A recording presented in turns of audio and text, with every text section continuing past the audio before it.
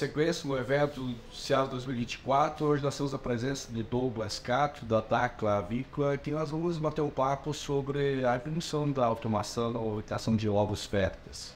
Douglas, é um prazer enorme tê-lo aqui conosco. Nós vamos fazer uma prosa hoje sobre a atividade de produção de ovos férteis, as evoluções, a automação, de uma forma bem tranquila. E aí eu gostaria muito que você comentasse um pouco quem é o Douglas, quem é a Dacla Avícolas.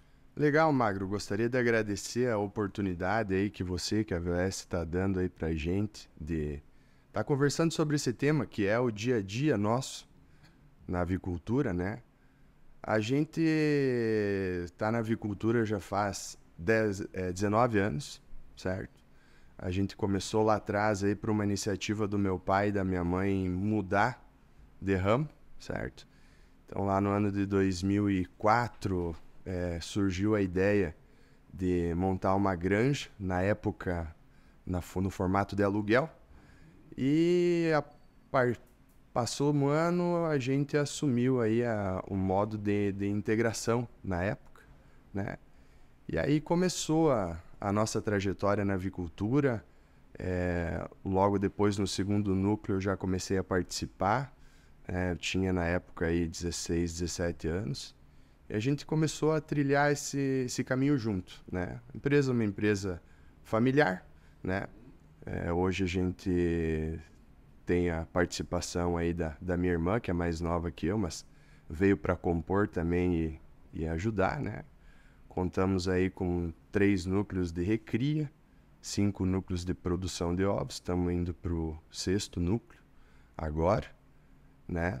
E além da família também, todo um time por trás, né? Porque hoje em dia você sozinho não faz nada, né? Então, junto com a gente aí, trabalhando, tem uma galera aí por trás aí que puxa o barco junto com a gente, né?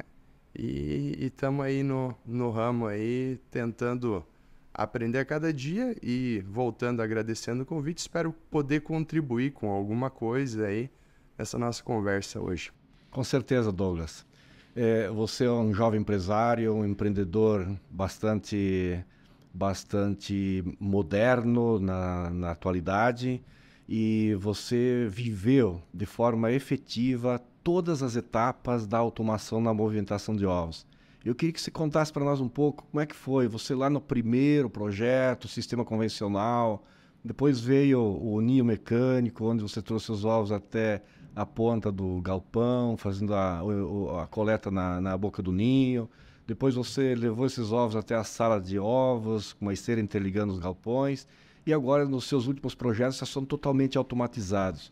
Gostaria muito que você comentasse, assim, como é que foi essa experiência? Porque foram movimentos diferentes, né? Foram desafios. Conta para nós como é que é essa vivência, que você é uma das poucas pessoas que hoje no Brasil tem toda essa história bacana aí para contar para nós. Exatamente. A gente, por ser novo, né, tem mais essa afinidade aí por gostar de tecnologia, certo? Então, que nem você falou, as primeiras granjas nossas lá atrás era o estilo convencional, o arraçoamento já era calha corrente, né? Bebedouro ainda, bebedor pendular, né? Não tinha o nípel ainda. E o ninho de madeira ainda, ninho manual, né? E há uns 10 anos atrás, aí, 15 anos atrás, mais ou menos, já começava a dar indícios a falta da mão de obra, né? A dificuldade de você achar pessoas, né? Então, com a entrada da oferta pelo mercado do ninho mecânico, a gente partiu para essa tecnologia nova, né? Esse equipamento novo. Então, me lembro aí na 2010, a palavra de ordem do ninho era ovo de cama, né? Uma preocupação muito grande com o ovo de cama. E, inclusive, por coincidência, o primeiro ninho que a gente adquiriu foi da Avioeste, né? Por ter um histórico de pouco ovo de cama, né? Lembro que a gente visitou uma granja uma vez, né? A granja era integração com a Pluma, então o pessoal da Pluma levou nós lá e a gente conheceu e acabou adquirindo e comprando esse ninho. Foi um desafio porque a nossa empresa, a nossa família, o meu pai falando, ele nos traz assim uma cultura de sempre fazer o negócio bem feito, certo? Então, a questão do ninho, a gente se preocupou muito por ser um investimento na época que demandava bastante dinheiro. A gente tinha para nós que a gente não podia errar, né? Então, a gente acompanhou de perto a instalação, né? A construção na época da granja, que foi a Granja Planalto. E aí o start do ninho também, né? Como foi tudo bem planejado ali, foi acompanhado no dia a dia, ocorreu tudo bem, startou legal, já o primeiro lote com, na época, menos de 1% de ovo de cama, né? E de momento já trouxe para nós essa realidade, né, da facilidade que trazia, né? Ali em um galpão que você tinha que ter 2 pessoas coletando e bem afinada, né? Você conseguia já diminuir para metade, né? Você Você já com... sentia a falta de mão de obra naquela época? Isso mesmo, já sentia, né? Até por isso, como eu comentei, por isso que a gente decidiu dar esse passo, né? Porque na época a questão do ninho era nova, né? E tinha uma versão muito grande pela questão do ovo de cama, né? A gente falava aí, a gente via no mercado números de 20% de ovo de cama. Então, a gente se preocupava muito por causa que a gente podia estar dando um tiro no pé. Você fazia um investimento no ninho para você diminuir mão de obra e ter uma qualidade melhor de ovo, né? O ovo não ficava no ninho parado, você tirava o contato da mão, né, do colaborador com os ovos ali. Só que em contrapartida você podia ter o ovo de cama, né? Um ninho que não te entregasse aquilo que era para entregar, ou que na hora da montagem não fosse montado da forma correta, como a gente viu muito por aí que aconteceu, né? Hoje eu acho que todo mundo já pegou o fio da meada, né? Já virou uma rotina, mas na época eu lembro que a palavra de ordem aí era a preocupação com o ovo de cama.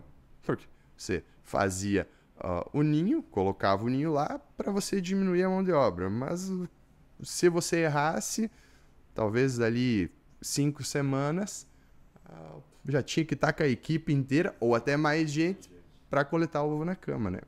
Mas acompanhando, assistindo, participando, e o pessoal ali comprou a ideia também, né? O time lá da granja comprou a ideia e o primeiro lote já foi aí com...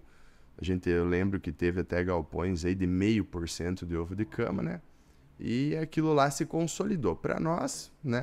Se consolidou como um item aí indispensável dentro da granja. Falando em ninho, né? E nessa época, Douglas, você já atuava lá dentro? Você participava do manejo, eventualmente, acompanhava o resultado? Eu gosto muito de participar do processo da granja pela manhã, né? Certo. É onde tudo acontece, né? Eu gosto de acompanhar trato, saio até hoje com menos frequência, né? Mas até hoje eu gosto de sair de madrugada de casa, aí 3 da manhã, 4 da manhã, né? Ver o sol nascer na granja lá, acompanhar o trato das aves, que, né, falando na produção de hoje em dia, é um item aí de muita importância, né?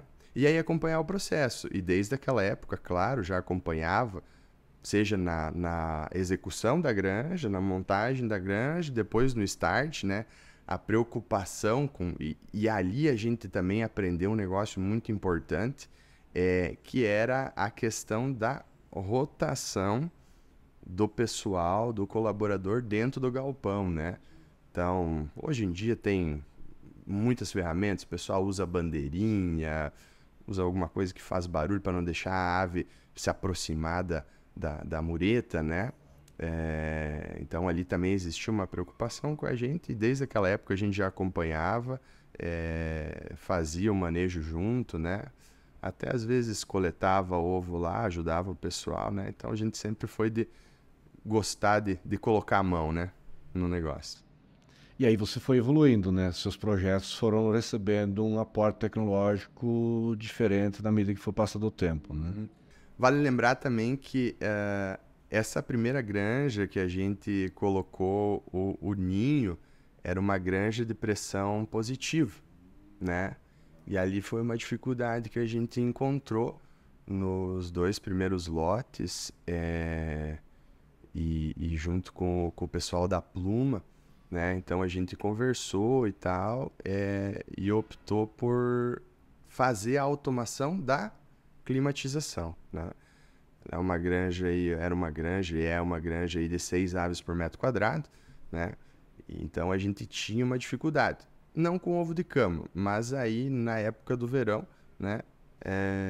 Você tinha aí uma mortalidade mais alta, né? Então, quando a gente percebeu isso, então a gente, aí sim, ninho, né? Pressão positiva, aí optou-se por fazer a climatização aí com exaustores, entrada de ar com a placa evaporativa e contribuiu muito para o resultado. Isso aí a gente Isso, viu uma... Douglas, é um fato que ainda é constante nos dias de hoje. Nós temos ainda granjas que ainda falta ambiência, que é um item fundamental para se obter um resultado mais expressivo, como você relata, de tempos atrás, de uma década atrás, pelo menos, né? Então é um ponto que precisa ser bem observado. Uma tecnologia somente às vezes não te entrega o resultado que tu precisa. Não, exatamente. Ela resolveu para nós o problema da coleta, mas aí apareceu algo que a gente não via, até porque foram as primeiras granjas que começaram a se adensar mais, né? Até aquela época ali a gente falava em 5 aves por metro quadrado, era meio que uma regra que vinha de anos já. E ali a gente começou várias empresas começaram a se movimentar na questão de otimizar mais o projeto, viabilizar, né? Então você adensava mais, né? Então foi falado no número de 6 aves por metro quadrado. Só que em contrapartida, para você dar esse passo dos 6 por metro quadrado, sem sombra de dúvida, você tem que estar com uma ambiência bem afinada. E, na época, se falava ainda em placa evaporativa e o exaustor. Hoje, você já inclui mais um MIT, que é o inlet, que já, por, vamos dizer assim, apanhar no dia a dia, né? Você já vê hoje o inlet também como uma peça indispensável nos projetos novos, né? Onde você faz a ventilação inicial ali, né? Não pela placa evaporativa, mas sim pela entrada de ar lateral. Nosso pessoal lá, junto com as companhias ali que a gente tem integração, usam bastante essa ferramenta, né? A questão da ventilação lateral com os índices, né? E até antes aqui em off a gente já estava batendo um papo, né? Que uma ferramenta nova que está vindo aí, né? A gente estava falando antes em off, que é a questão do exaustor com a velocidade variável, né? Com motor eletrônico. Hoje a gente não tem nas nossas granjas, mas a gente já vê, começa a visualizar, né? Até porque há uns 2, 3 anos atrás, a gente já começou a trabalhar com alguns, a gente chama lá de os exaustores travados, né? Nosso pessoal lá, junto com a parte técnica, começou a ver uma certa dificuldade na ave, principalmente no arraçoamento, né? Então a ave passava a noite dentro do galpão com uma ventilação mínima, né? Você pega baixa, inverno, temperatura baixa, o controlador não chamava, ficava fazendo ventilação mínima dentro de um galpão lá com 12 mil aves, 14 mil aves, né? Aí pela manhã a carga dentro de amônia, enfim, era um pouco mais alta e a gente começou a notar ali uma certa dormência das aves, né? Atraso no Atraso do consumo, consumo, perfeito. né? E a gente resolveu isso travando os ventiladores que a gente chama, ou seja, o ventilador ligado 24 horas, né? Então você deixa um grupo, 2 grupos, enfim, aí você tem que pegar lá Que foi um aprendizado interessante esse aspecto, de que nós tínhamos um problema, eu vivenciava em muitas granjas esse aspecto do atraso no consumo. Eu me recordo bem de uma conversa que nós tivemos e a gente avançou e conseguiu eliminar essa problemática que quando atrasa o consumo prejudica muito a produção de ovos, especialmente o ovo de cama, né? Enfim. Mas é uma recordação muito positiva sua de trazer esse fato. Na época ali a gente estava com um consumo chegando próximo ali, finalizando 11 da manhã, meio-dia, né? Isso preocupou muito a parte técnica lá da granja. E aí o pessoal começou a procurar ali onde era, né? E chegou nesse resultado aí. Era a qualidade do ar lá dentro, né? Então passava-se uma noite, e normalmente no inverno, porque no verão você tem temperatura elevada, então mesmo à noite os exaustores vão estar funcionando, né? Vão estar refrigerando o ambiente e tirando a carga, fazendo a troca do ar. No inverno, temperatura baixa, ventilação mínima, aquele ar ficava lá dentro, né? Piorava a qualidade dele. Você pega de manhã a ave voraz, né? Fome, se movimenta, mais a poeira, né? E até a temperatura do dia ir subindo, para aí você ter uma retirada de ar lá de dentro, daquela carga de dentro, demorava. E era aquele momento que a ave começava a ficar com uma certa dificuldade. Atrasava o consumo, atrasava a postura, virava uma bagunça, né? Exatamente. E aí a questão do inlet, porque se você vai colocar essa ventilação na placa, você prejudica muito a ave que está lá na frente do galpão, né? Você pega aí de noite, inverno, uma entrada de ar lá aberta, com 3 exaustor puxando, aquela galinha ali da frente, aquele galo Vai passar macho, frio. vai passar frio. Né? Então, por isso, do inlet, né, que todo mundo já sabe, né, da ideia da entrada lateral, solucionou 100% essa... Especialmente na tua região, que tem uma variação de temperatura muito grande entre inverno e verão, né? Inverno lá, você pega ali, você dá na época ali uma geada ali, -1, -3, né? Exato. E no verão a gente tem dias de 36, 38 graus ali, né? Então, varia muito, né? Mas essa tua recordação de tratar da ambiência, muitas pessoas ainda não dão a devida atenção que é necessário na produção de ovos, porque nós temos ainda um volume de granja muito grande de pressão positiva no Brasil.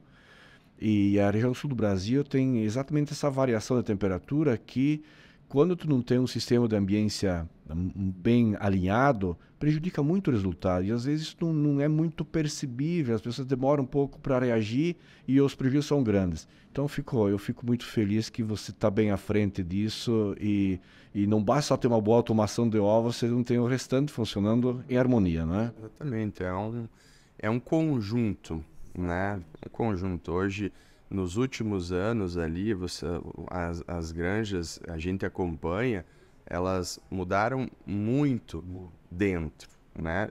Você vem com uma telha que hoje, uma vez era telha de fibrocimento, né? As primeiras granjas nossas foram telha de fibrocimento. Hoje nós não temos mais nenhuma granja com telha de fibrocimento. O que tinha a gente trocou. Então hoje as nossas granjas são 100% com a telha, né? Galvanizada, isso, isotérmico. Acho que tem uma granja só nossa que ela tem 2 granjas que tem a forração, né? Que são granjas mais antigas, a telha de galvanizada, né? Mas o restante é tudo sem forração e com a telha térmica, né? Aí você muda também a iluminação, né? A recria era dimerizável com aquela lâmpada incandescente, né? A produção era a lâmpada vapor de sódio, né? Então hoje já tem tudo veio tudo para o LED, né? A questão climatização, pressão positiva para pressão negativa, né? Questão da coleta, que nem você mesmo falou, na produção, né? Com o ninho, e aí a gente estava comentando também o transporte, né? E no final da portaria lá, a máquina embaladora, né? Então isso também a gente visualiza que hoje você sente essa diferença quando às vezes dá algum probleminha que você tem que fazer alguma manutenção, né? Na embaladora você sente a dor, né? Porque a embaladora e o transporte, sim, entre você puxar com o carrinho, né, até a portaria, se uma granja um pouco mais longe, aviário, portaria, você ter o ovo ali, né? Sem ninguém colocar a mão, né? Questão sanitária, né? Você não tem nem o que falar, claro, fazendo a desinfecção, claro, da forma certa, com a esteira, não é só colocar a esteira lá e deixar rodar, né? Faz as desinfecções que é estabelecida pela parte técnica, e a máquina também bandejando, né? Já colocando na bandeja. Hoje nossos núcleos são núcleos assim de médio porte para grande, né? Então é indispensável você ter hoje a máquina lá no estilo que a gente trabalha, né? E ela soma muito, né? E a máquina também. O pessoal na época falava da máquina da embaladora de ovos, né? Porque teve muita gente que, por fazer uma manutenção errada, a preventiva, o cuidado, o capricho, né?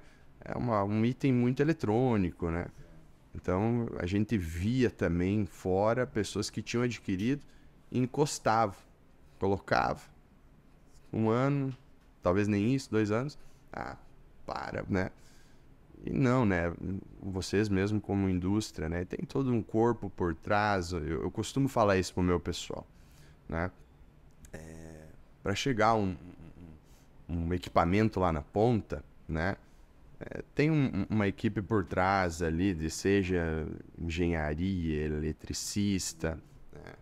Então, para aquele equipamento chegar ali e não funcionar de cara, alguma coisa errada tem, né? Então, eu sempre comento com o meu pessoal, a automação, ela é boa, a gente não tem saída, né? Seja pela dificuldade hoje de achar pessoas, seja também pelas exigências que o mercado vem pedindo, né? Cada vez melhor qualidade, qualidade, qualidade, você vai ter que partir para isso, né?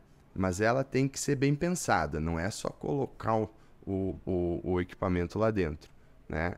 E o que eu friso muito, desde a época de projetar o que vai ser feito, onde vai ser instalado, como vai ser instalado, fazer bem feito, para quando rodar, né, você não ter ali um trabalho ali de 1, 2, 3 meses tendo que ser interrompido porque dá problema, o negócio não funciona. Só planejar, pensar o projeto, né? Pensa o projeto, planeja certinho, monta bem feito, porque como eu estava falando, tem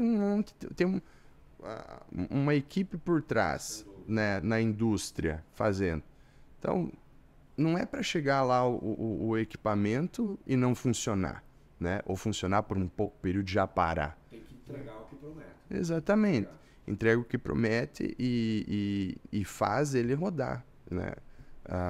Faz a manutenção, deixa certinho. Tendo isso, a automação, a mecanização do processo, ela só tende a ajudar. Muitas vezes as pessoas olham por um lado diferente, né? Como é uma mudança, né? Então a gente às vezes percebe isso na granja. Você vai trazer um negócio novo lá, a pessoa não... não, isso não vai dar certo e tal. Não acredita muito, né? E acaba abandonando, né? Não. Você tem pessoas por trás que testaram, que aprovaram.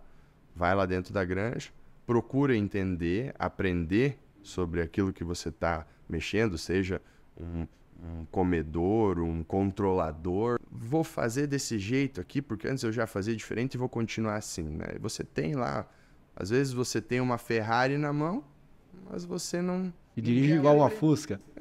Não quer aprender a pilotar, né? Ah, eu vou dirigir como eu dirigi um Fusca lá, um carro velho. Não. E aí, Douglas, como é que você faz? Isso é uma coisa interessante que você está puxando aí. Como é que você faz essa transição toda, que de certa forma foi rápido nas suas granjas? Uma alta tecnologia embutida nas suas granjas e as pessoas. Como é que você trabalha esse aspecto de preparar pessoas e ter as pessoas adequadas para executar de fato os processos dentro de toda essa tecnologia? Esse é um dos grandes desafios que eu costumo falar aí, seja para a nossa equipe, seja para qualquer pessoa, né? E não só no ramo da avicultura, hoje em todos os ramos a gente conversa aí com amigos, é o desafio, né? De você ter as pessoas, né? E quando você tem a oportunidade de tê-las, você tem que treiná-las. Então a gente sempre tenta instruir o máximo possível, capacitar, ensinar, treinar, educar, né? Para que elas saibam operar de forma certa, né? Porque muitas vezes você tem o equipamento, mas se a pessoa não sabe operar, ou se ela não quer operar, ou não gosta de operar, não compra a ideia, a equipe tem que comprar a ideia. E você nota que tem mudado o perfil das pessoas no mercado que chegam para ti hoje, comparado ao início, lá de trás, quando você tinha um outro perfil de pessoas? Mudou um pouco a forma de tratar com as pessoas agora ou tem ainda... Sem sombra de dúvida, né? Hoje já é uma outra geração, né? Que vem entrando. E por ser uma geração mais nova, quando você tem essas novas tecnologias, esses novos equipamentos, as pessoas se interessam mais pelo processo, né? Além de você estar trazendo, seja qualquer equipamento que for, né? Seja qualquer ferramenta que for, para ajudar o processo e melhorar o resultado, você vê o brilho das pessoas que estão ali operando. Não, lá na minha granja o comedouro é suspenso, o comedor sobe, desce com guincho. Você escuta eles falando, né? Sente um orgulho, é uma motivação a mais também, né? E essas pessoas mais novas, como eu também me incluo, né? A gente gosta disso, de ver o diferente, né? E é isso que tu faz a diferença, tu tá num grupo mais tecnológico. Isso ajuda Mas muito. pela idade, né? Com Pela certeza. idade tem aquela vontade de fazer a diferença, de criar o novo. Aí a gente acaba puxando isso junto. E do pessoal, a ideia é essa. Eles comprarem a ideia e você vê que eles compram, né? Seja na recria também, com uma máquina seletora, uma máquina de vacina, né? Você diminui mão de obra, que todo investimento ele tem que ter um payback, ele tem que ter um retorno, né? Você não vai fazer um investimento só para bonito, né? Então, tudo no final alguém tem que pagar a conta. Que nem eu estava falando, seja na recria, nossas recrias hoje elas já têm as máquinas de seleção, né? E máquina de vacina também, né? Então, para otimizar esse processo, né? Hoje a gente já tem uma máquina ali que faz a seleção e a vacina junta no mesmo processo, né? Só que aí, aquilo que eu estava falando, o pessoal tem que comprar a ideia, tem que aprender, né? Não só simplesmente, muitas vezes a gente chega lá no dia a dia, na correria, joga para dentro o negócio, vai e faz, né? Não vai funcionar. Aí muitas vezes, não deu certo aqui, já encosta para um lado aqui, vamos voltar, porque é mais fácil. Ali no momento é mais fácil, né? Hoje as nossas granjas, eu lembro, primeira vez que eu coloquei internet numa granja nossa, 2011, subi em cima de 2 árvores de vizinho para ir enxergando as antenas, né? Então, subia, pegava a energia lá do vizinho, ligava uma antena, daí repetia com a outra antena, até chegar na granja, né? Então, quando a gente colocou a internet na granja, e na época a gente colocou já para ter um computador lá, né? Pra granja ter a Fazer a gestão, gestão, né? Gestão. Lançar lá as coisas, mandar os e-mails, né? E eu lembro que desde aquilo ali o pessoal já tinha uma... meu Deus do céu, não, isso aqui dá muito serviço e tal. É o primeiro impacto, né? Gente, vamos aprender e tal. Vai dar uma dorzinha de cabeça, uma semana, 10 dias, vai dar. Mas depois você não vai querer ficar sem, Exatamente. né? Depois veio hoje a gente tem um software, em todas as granjas tem um software que a gente alimenta esse sistema com os dados, né? A mesma coisa.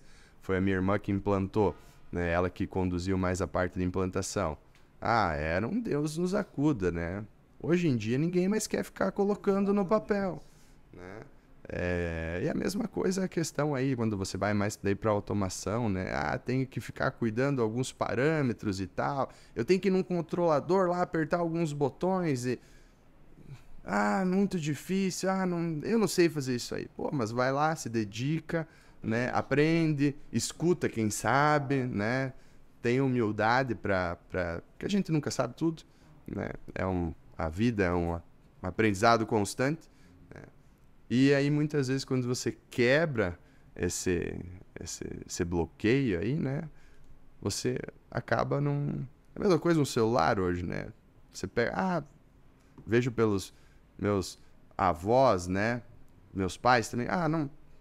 Não sei mexer nisso e tal. Mas depois que aprende, não larga mais. Não larga mais. Gosta. Então, é um caminho sem volta. Sem volta. Douglas, lá atrás você falou um pouco da importância do araçoamento, de que você vai acompanhar araçoamento, que é importante, a gente sabe que é fundamental na produção de ovos, na recria, enfim, todas as etapas. Nós acabamos de lançar um comedouro para macho, voltando ao conceito da calha, que é, ao meu ver, o conceito mais adequado para araçoamento de machos.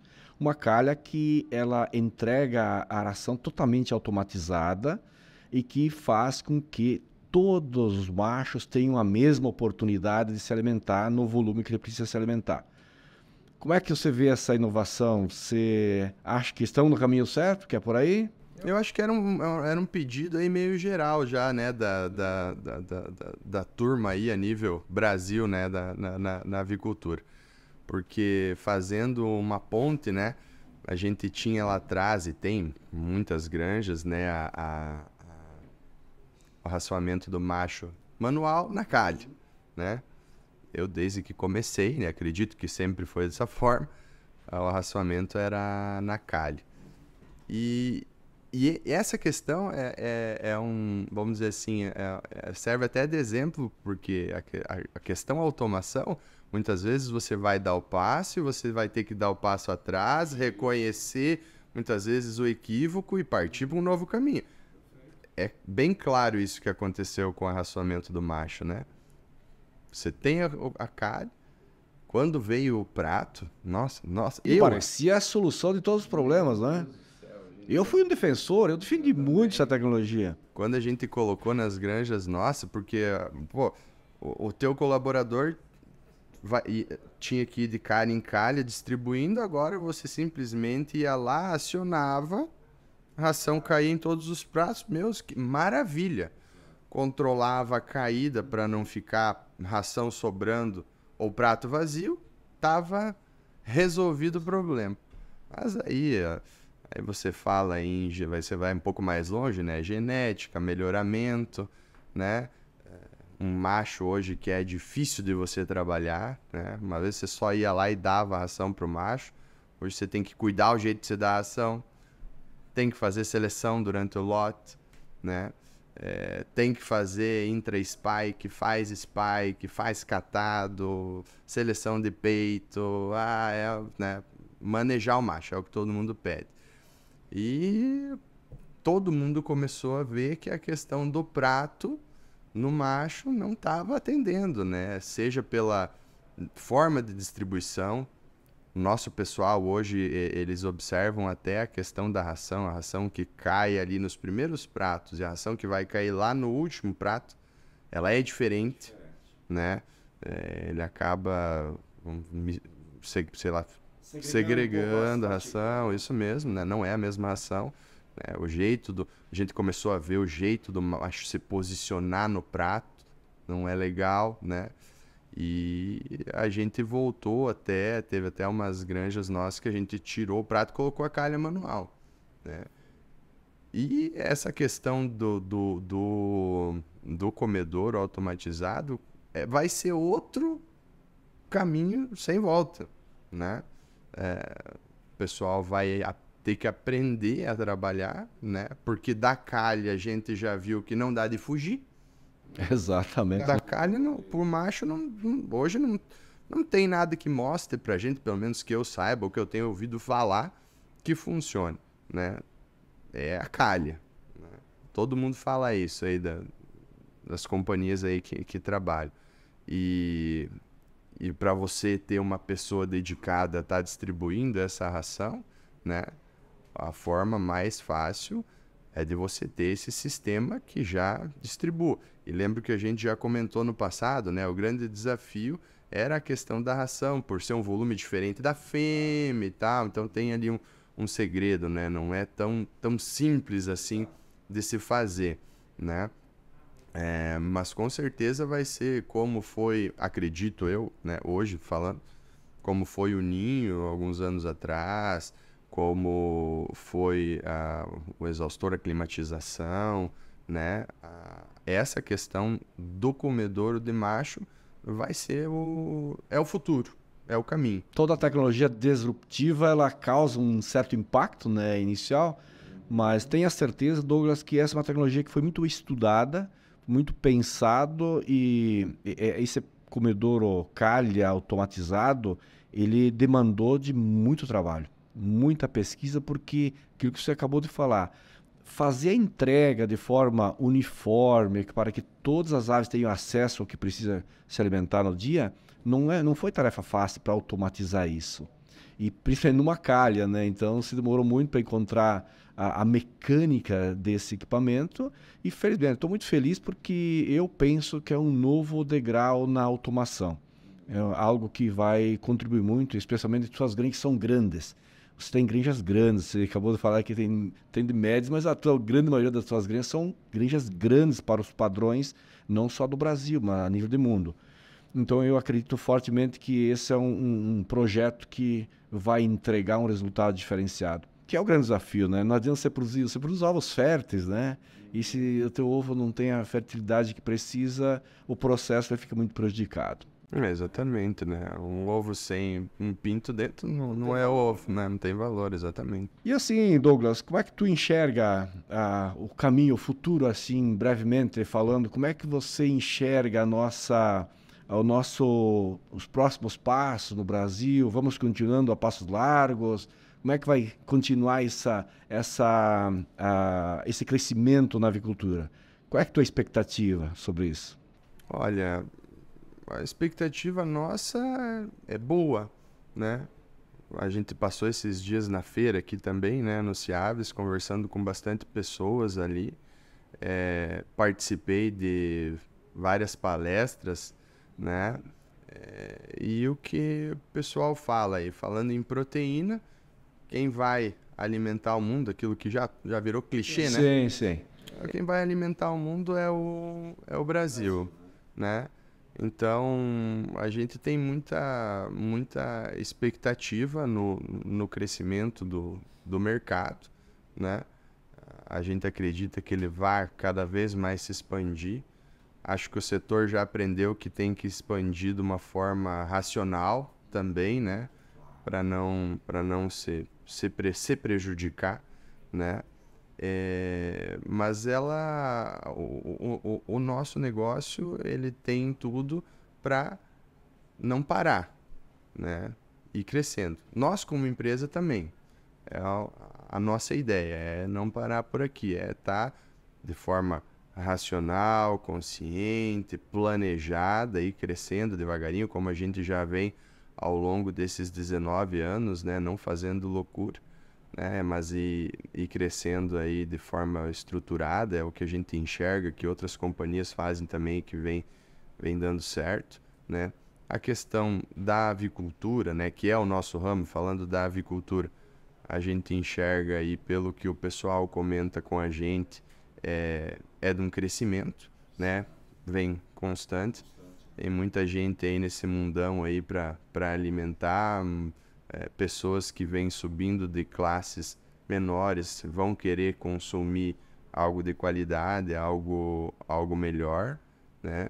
E paralelo a isso, crescer, como eu falei antes, de forma planejada, organizada, estruturada, fazendo o negócio bem feito, entregando granjas de qualidade, estruturas bem feitas, para você ter a condição de estar entrando dentro de um lote e conseguir produzir com índices ou técnicos bons, né? Porque é através dele que vai pagar toda essa conta, né?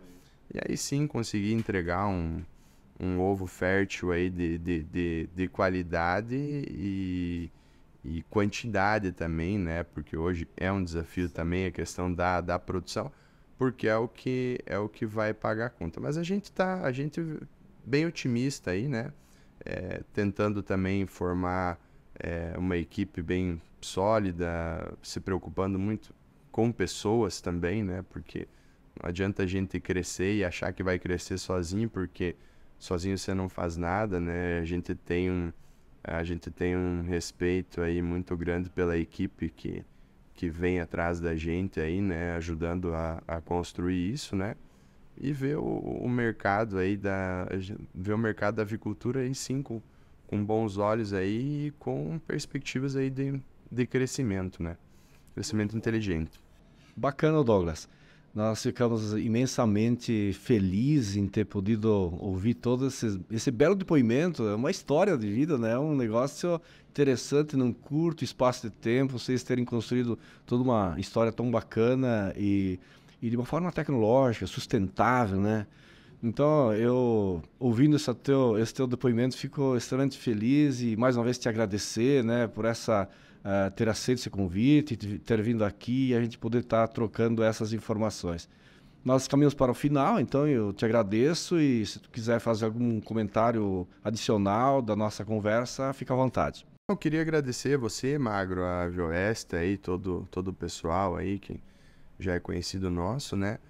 Pela oportunidade. Confesso que é a primeira vez que participo de uma entrevista dessa, de um podcast. Não tenho costume, né? Não, sou uma pessoa mais reservada, né? Mas espero ter contribuído, levado informação para as pessoas também, né? Porque como a gente aprendeu com pessoas que transmitiram o conhecimento, a gente quer também, se tiver a oportunidade, de poder também passar algum conhecimento, né? Alguma novidade, algo aí. É assim que a gente faz aí uma sociedade melhor. Então eu quero agradecer vocês aí pela oportunidade. Espero ter contribuído, né? E é isso aí.